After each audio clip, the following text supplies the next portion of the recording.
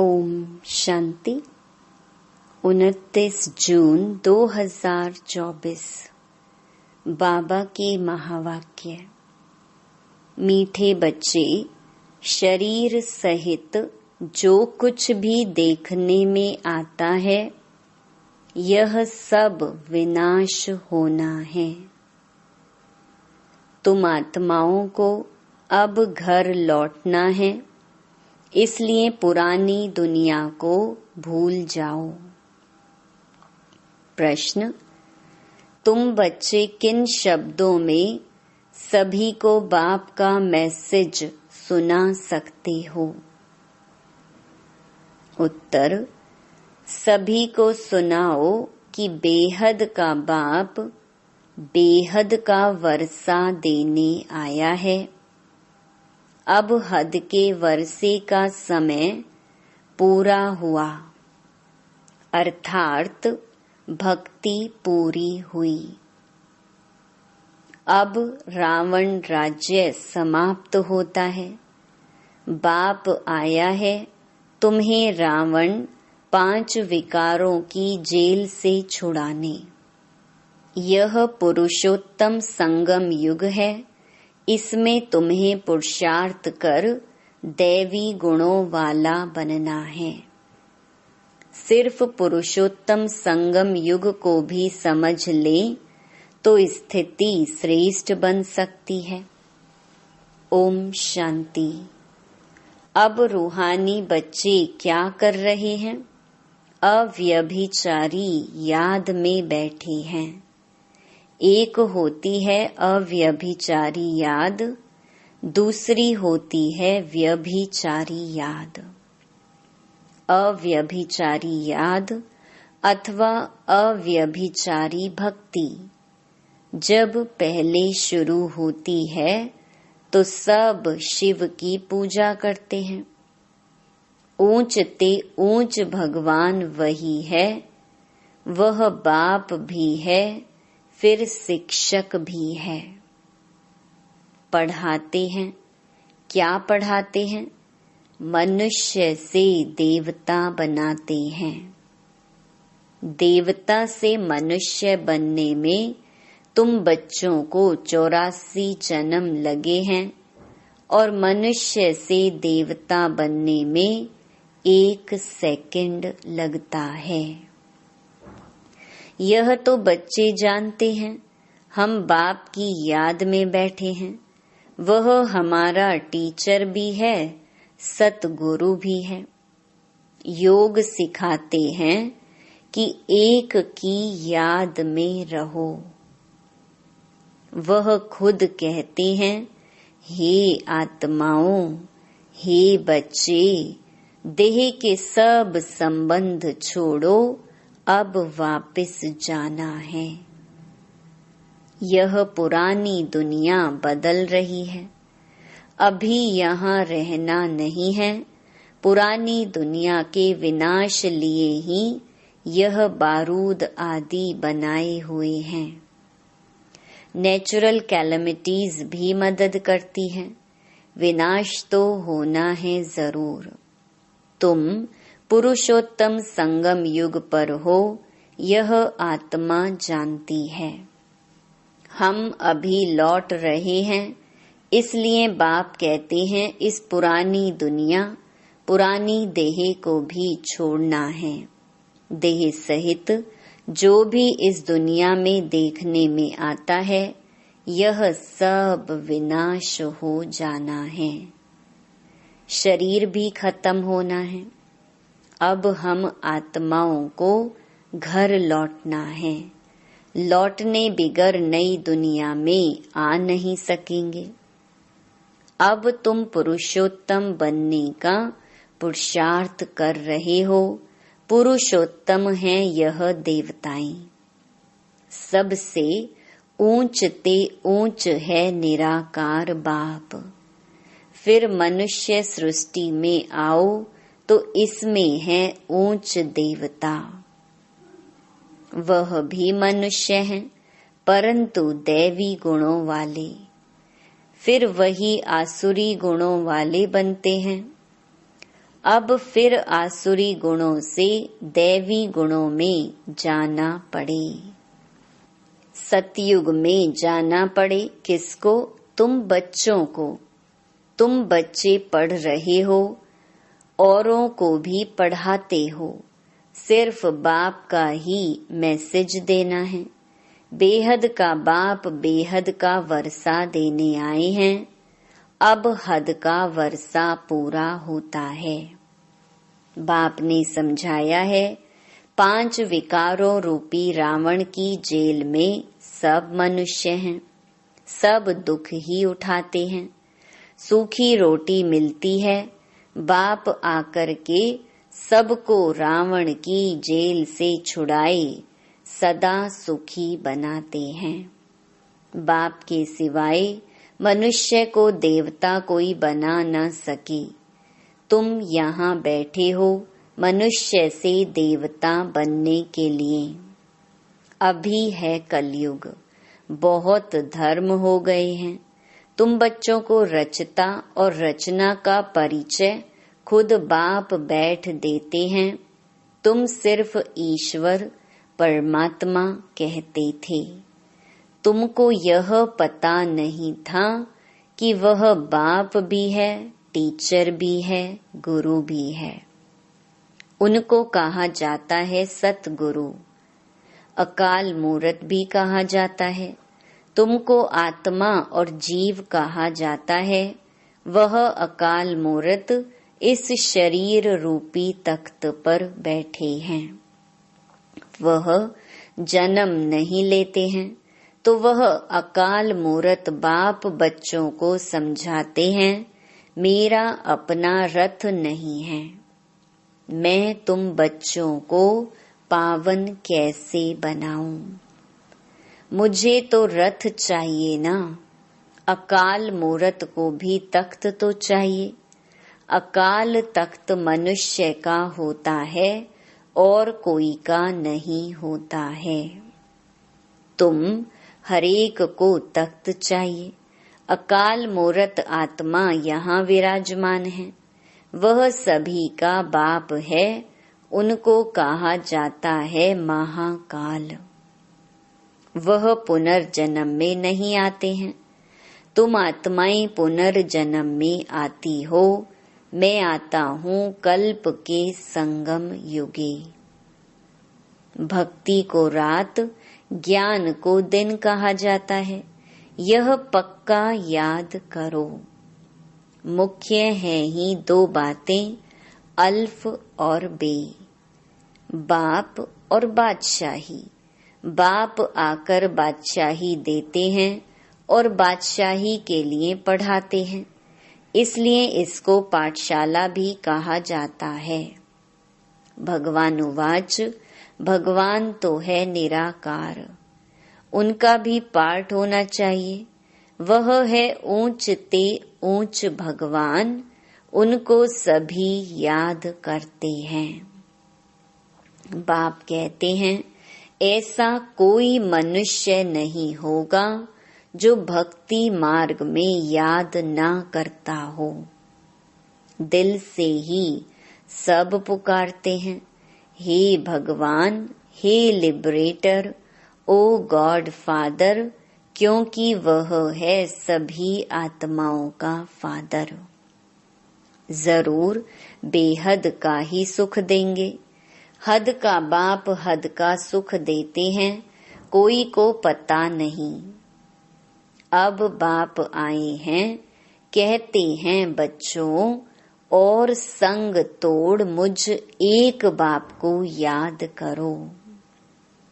यह भी बाप ने बताया है। तुम देवी देवता नई दुनिया में रहते हो, वहाँ तो अपार सुख है। उन सुखों का अंत नहीं पाया जाता है।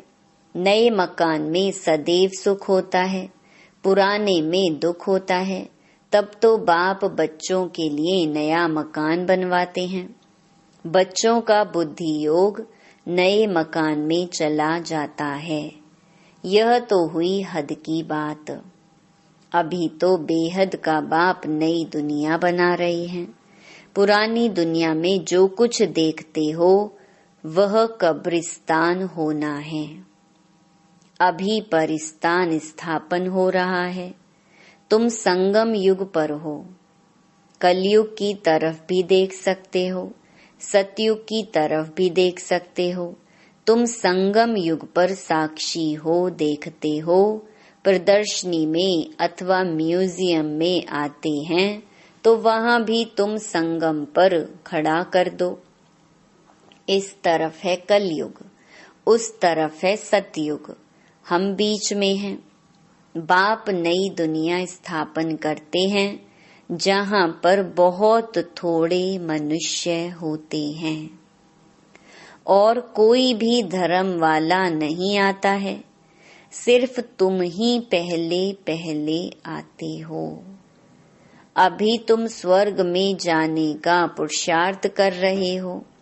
पावन बनने के लिए ही मुझे पुकारा है कि हे बाबा, हमको पावन बनाकर पावन दुनिया में ले चलो।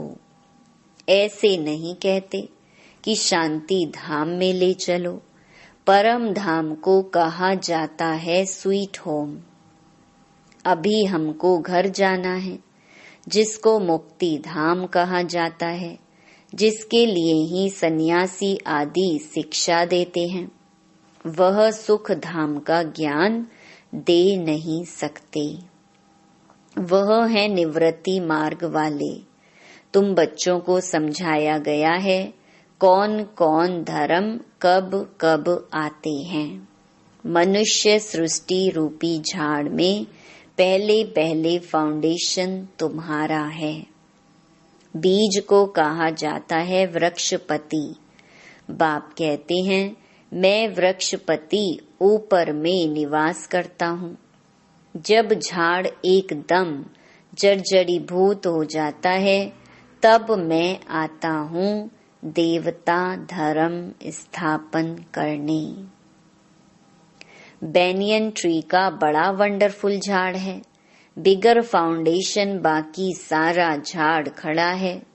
इस बेहद के झाड़ में भी आदि सनातन देवी देवता धर्म है नहीं। बाकी सब धर्म खड़े हैं।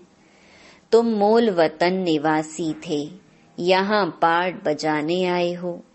तुम बच्चे ऑल राउंड पार्ट बजाने वाले हो, इसलिए 84 जन्म है मैक्सिमम, फिर मिनिमम 1 जन्म। मनुष्य फिर कह देते 84 लाख जन्म। वह भी किसके होंगे यह भी समझ नहीं सकते। बाप आकर तुम बच्चों को समझाते हैं 84 जन्म तुम लेते हो। पहले पहले मेरे से तुम बिछुड़ते हो। सतयुगी देवताएं ही पहले होते हैं।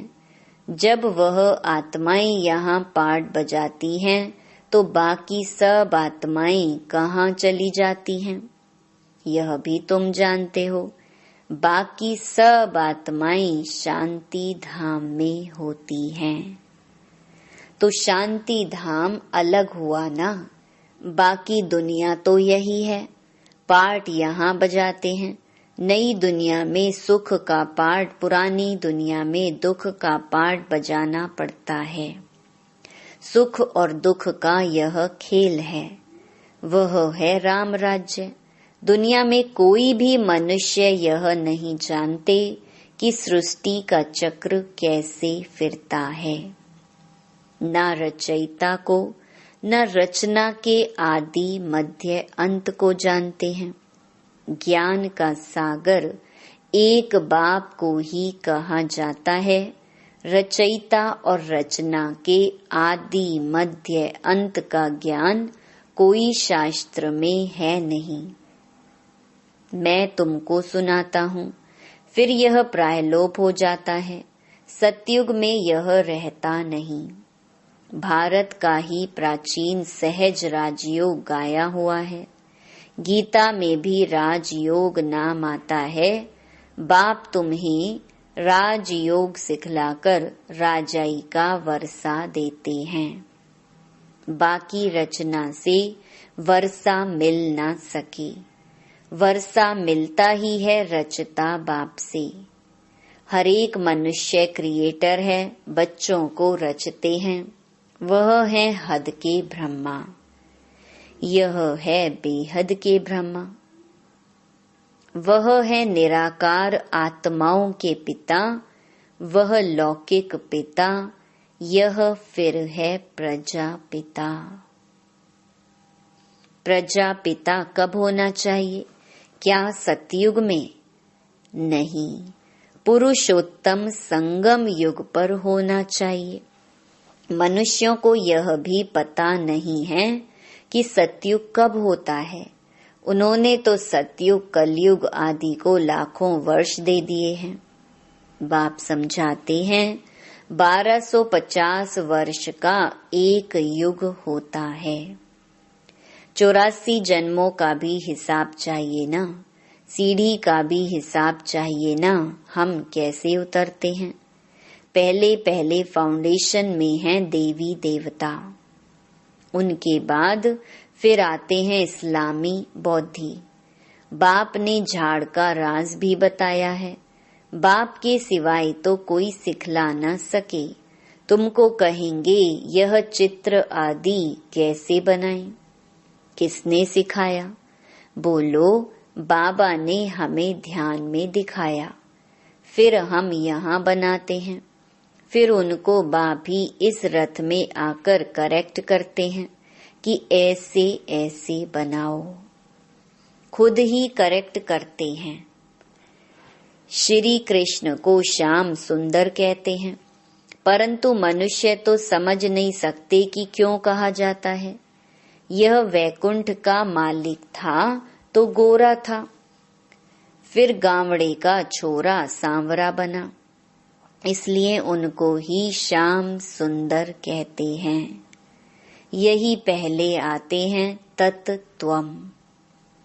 इन लक्ष्मी नारायण की राजाई चलती है। आदि सनातन देवी देवता धर्म की स्थापना कौन करते हैं, यह भी किसको पता नहीं है। भारत को भी भुलाए हिंदुस्तान के रहवासी हिंदू कह देते हैं। मैं भारत में ही आता हूँ। भारत में देवताओं का राज्य था जो अब प्रहलोप हो गया है। मैं आता हूँ फिर से स्थापना करने।